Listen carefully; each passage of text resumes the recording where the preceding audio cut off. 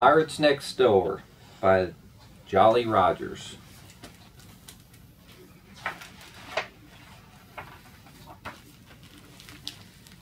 Matilda lived in Dull-on-Sea, a gloomy seaside town, too busy in the summer, and in the winter it shut down.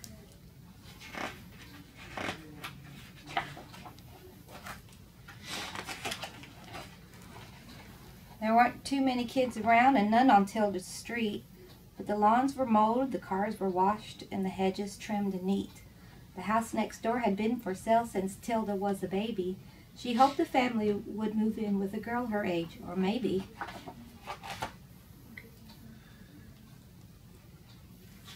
A boy, a pirate boy.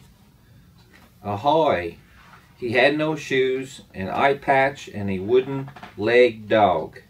A pirate ship with treasure chests and barrels full of grog. He said, "We're the Jolly Rogers. We'll be anchoring next door. We've sailed the 7 seas, but now we've had to come ashore. That's my mom over there digging up the grass. I feel a little landsick, but she says that it'll pass. That's Dad over yonder, the captain of our crew. He likes to shout 'arr' a lot, 'cause that's what pirates do. Grandpa won't set foot on shore, says that he can't bear dry land. The last time he left ship, the king chopped off his hand. That urchin there's called Nugget. She's a rascal, as you'll see, though she can't fire the cannon yet because she's only 3. Next morning, Tilda shouted, "Life's not boring anymore.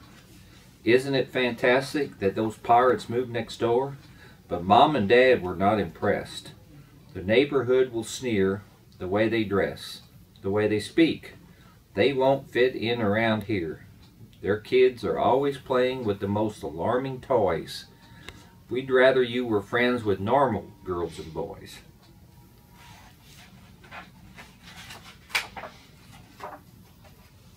On Monday morning, Jim Ladd came to Matilda's school, though no one else would sit by him. Matilda said, "You're cool. You ain't so bad yourself, young lass. For landfolk, that is rare. Though I'm a scurvy sea dog, you'll be okay right there." The teacher said Jim should wear shoes, but Jim replied, "I won't be staying long." Oh, wait a minute. The teacher said Jim should wear shoes and his uniform was wrong. She wrote a note, but Jim replied, "I won't be staying long. We're only here a little while so Dad can fix our ship. We ain't cut out for life on land. This day be just a blip.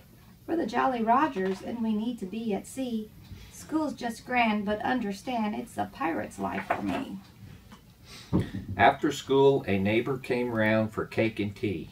Her name was Mrs. Bumble, from number 33. Miss Pinky called town council to see what they could do. She didn't live through 2 world wars to have pirates spoil her view. "Isn't it disgraceful on such a lovely street? Why, they don't even try to keep their front lawn looking neat." "They have to go," said Miss Devine, who lived at number 89. "Their teeth are black, their nails are too. This really truly just won't do.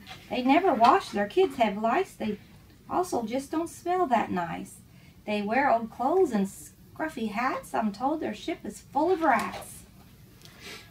Also mad was Mr. Shore, the grumpy man at 34. He liked to read the paper on his sunlit deck, you know, but the pirate ship blocked out the light, so he said, "They'll have to go. I'd like some peace and quiet, but they're fixing up that boat, hammering all day and night. That thing will never float." The 2 Miss Yates at 88 told everyone who passed their gate, "We saw them grab the mailman. They made him walk the plank. It's lucky he can swim, but we're afraid the mail all sank." "They scared the ducks," said Mrs. Snooks, "and terrorized the park. They boarded people's rowboats and fired cannons for a lark." Driving home from bingo, Mrs. Plum got quite a fright. They were digging up the roadside in the middle of the night. "They had cutlasses," said Mr. Brown. "They'd love to run you through. They'll steal your gold, or so I'm told. Whatever shall we do?" Mrs. Bevan from 87 marched down to the town hall. She collected a petition, 50 signatures in all. They're digging holes and fighting fights. It's the beginning of the end. I've lived here for years and years, and so have all my friends. Before you know it, there'll be more. We'll all have pirates right next door. The Jolly Rogers cannot stay. You must make them go away. That night there was a tapping at Matilda's window pane. Outside was Jim, he whispered. I've got something to explain.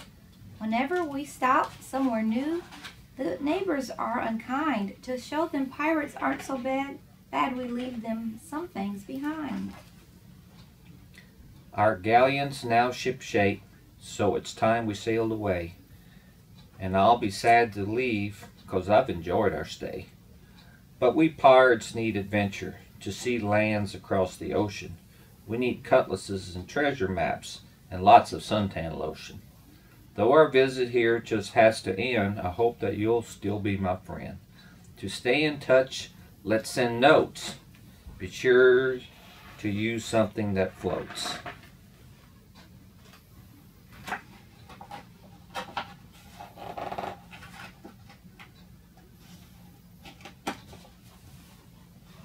Uh-oh. Okay. Tilda woke up the next morning, puzzled by what Jim had said, but she vowed she'd keep in touch as she struggled out of bed.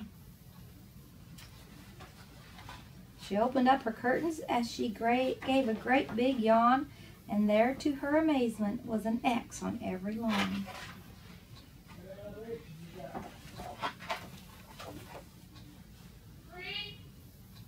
Oh, what a shame they left.